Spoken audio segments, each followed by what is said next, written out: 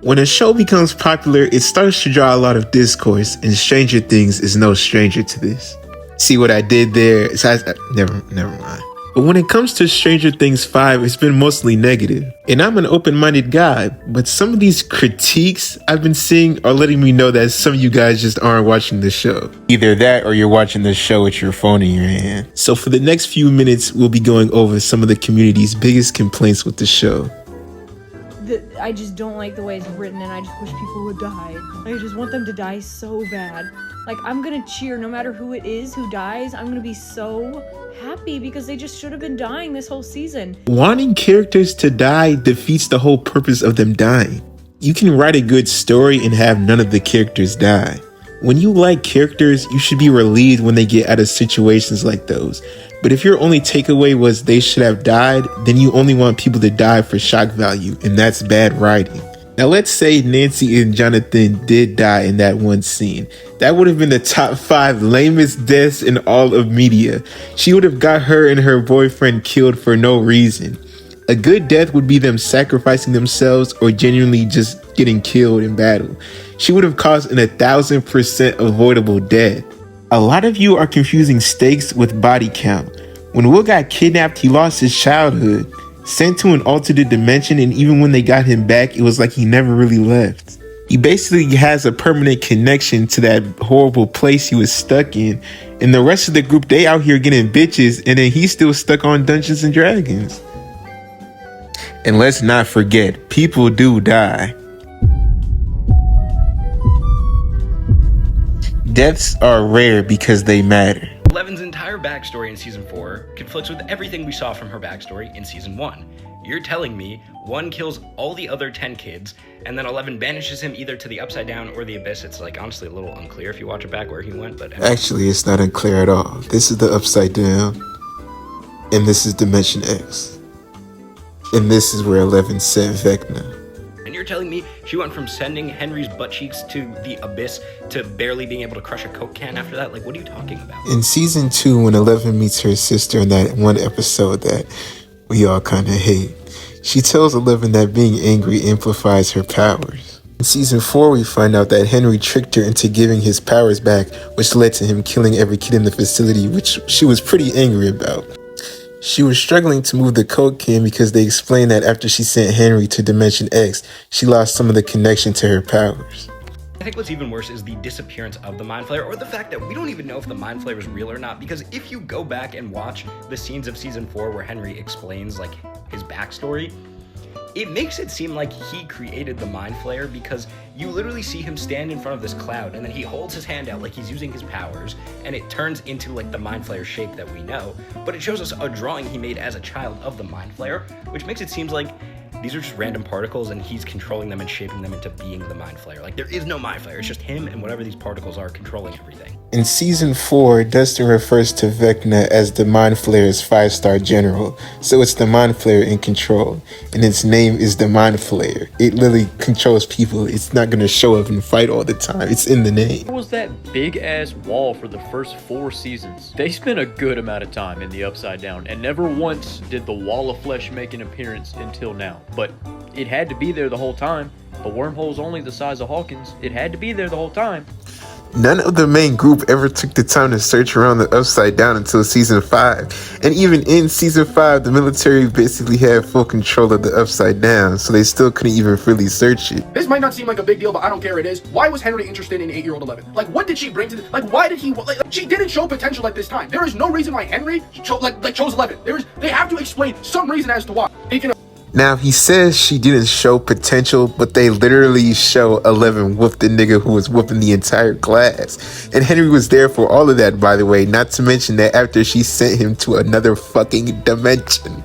There's a huge fucking plot hole here where Elle was somehow able to drag Mike into the void to have their final goodbye and their final kiss. How was Elle able to do that while being suppressed by this military equipment? Like, I guess you could say while she was escaping, she got far enough away that it stopped being effective on her. Now, I really fuck with Charlie and his extremely cold takes. You know, some people actually don't like him because of his blatantly obvious takes, which I find kind of strange. But what I find more strange is that the fact that Charlie calls a fucking plot hole what was fucking explained 5 fucking minutes after it happened. Mike says that the beings were trained on 11, so she wouldn't have been able to do anything, and says there's a possibility Callie created an illusion to help 11 escape. Hence why, when she uses her powers to talk to Mike, her nose isn't bleeding. There's so many plot holes to Stranger Things, so I'm just going to say them all, and I have nothing else to do. First one, when did the air get okay to breathe? Because I remember when Hopper was practically dying from the air in the tunnels when he first went, and he could not breathe. Now they're just out here breathing, and Robin's girlfriend literally asks, is this okay to breathe? And she's like, completely skipped over that. Lucas just kicked a Demogorgon, and it backed off. Weird. When did the air become breathable? Nigga, when was the air not breathable? I didn't even get upset when I saw this because it's obvious we aren't watching the same show.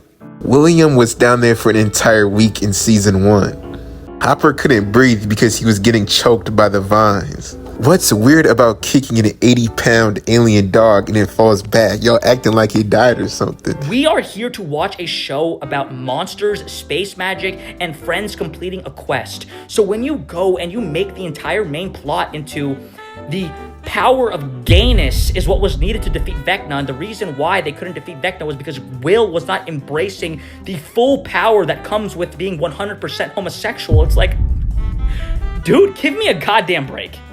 Just so you guys know, this shit went on for like 6 more minutes. I'm thinking this whole video is going to be about all the different plot holes people have been complaining about, but his whole video is him talking about Will's sexuality for like 6 whole minutes. You would have thought Will came out and Vecna shriveled up and died due to the power of gayness, the way bro is talking in this video. If he didn't come out when he had the chance, Vecna would have gotten to his mind like he did Hopper, which almost made them lose. And another thing I've been hearing people saying is, why is he doing this now? Nigga, the plan is that they have to wait. They can't do nothing but just sit around. Let's just say gay people make up 8% of Earth's population, okay? Stranger Things is one of the most, if not the most popular show that has ever existed. So what can we deduce from that, brothers and sisters? That the vast majority of individuals watching are heterosexual, man! They are straight, and they came to watch a show that was marketed as a horror show with monsters, space magic, and friends completing a goddamn quest, okay? So, no, I don't fucking feel bad when they know what their primary target audience is, and they choose to just change the fucking plot to include hella gay shit that the primary audience could not give a fuck about. The show's target audience isn't straight people. It's horror, action, and sci-fi people. The entire Stranger Things narrative is about losers and outsiders, which gay people, historically fit in that category. He's basically saying because gay individuals are a small population of the world, they just shouldn't get any representation in media. I don't understand why when people see a gay person on their screen, they act like it's some ulterior motive by some secret society to turn the entire United States population homosexual, and not the fact that the Duffer Brothers are getting inspiration from Noah Schnapp, who is actually gay in real life, which wouldn't be the first time that they took inspiration from an actor's life and wrote it into their character. I mean, I guess he's right. The plot before Will coming out was to kill Vecna, and now that he's came out, the plot's flipped itself on its head, and it's always still about killing Vecna. Oh shit. They choose to just change the fucking plot to include hella gay shit that the primary audience could not give a fuck about. That's like if I went around my neighborhood and asked everyone what their favorite type of cake was, and they said vanilla cake. So then I open up a cake shop in my neighborhood and I only sell chocolate fucking cake, and then I'm shocked as to why my business is fucking failing. Bro, they have shows marketed for gay people. guess what happens? Those shows all get canceled. Why? It doesn't make enough money. Why? Because despite what they keep trying to force down your throat, gay people do not make up that much percentage of the Earth's population. Remember, bro, there is a reason why they can never make gay things popular and why they always try to make popular things gay. And we see what happens every time they do it. And again, to make it clear, like I said, I'm pretty sure I made it clear, I got no beef with gay people at all. Literally zero. And that's a horrible fucking analogy because sexuality isn't the product Stranger Things is marketing. That analogy only works if sexuality is the product.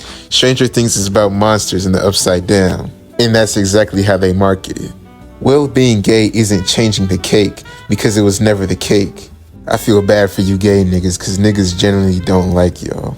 So it appears as though the Duffer Brothers forgot that the fans of their show pay very close attention to detail. So here are all the Stranger Things plot holes from season 5 that I personally need to see patched up by the end of the series. How are they doing all of this without eating or sleeping? The Duffer Brothers have to spoon feed you eating and sleeping because without them showing it on screen, which they do, it's somehow a plot hole. Where did Kali get her powers from? Probably the same place 11 got hers. From Henry. Like they say in the show.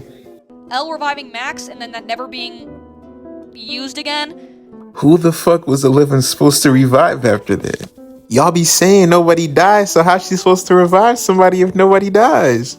Music and its importance? What about music and its importance? There's no question that you're just saying shit now. The entirety of season 4, they not only explain it, but they show that songs have a deep connection to the human mind in the real world, which is why it was able to help Henry's dad and Max. Russia having mind flare particles? What about that? If you took the time to look up from your phone when watching season 3, the Russians opened a gate up in Hawkins and most likely transported everything they found back to Russia. Air in the Upside Down not being toxic anymore?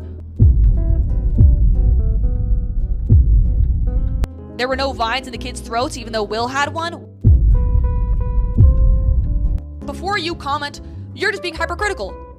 I just listed off, like, at minimum 30 things. And as show writers, you could have cut down half of that list. Nigga, as a show watcher, I could cut that list down in half.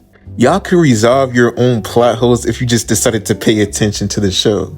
I know a lot of y'all just wrote a bunch of bullshit down on a piece of paper just to go on TikTok to get some views. Now, with all that being said, the show isn't perfect. There are some continuity issues and plot holes, and all the people I talked about in this video do have some valid takes, but some of them are just horrible, so I just had to give my 2 cents real quick.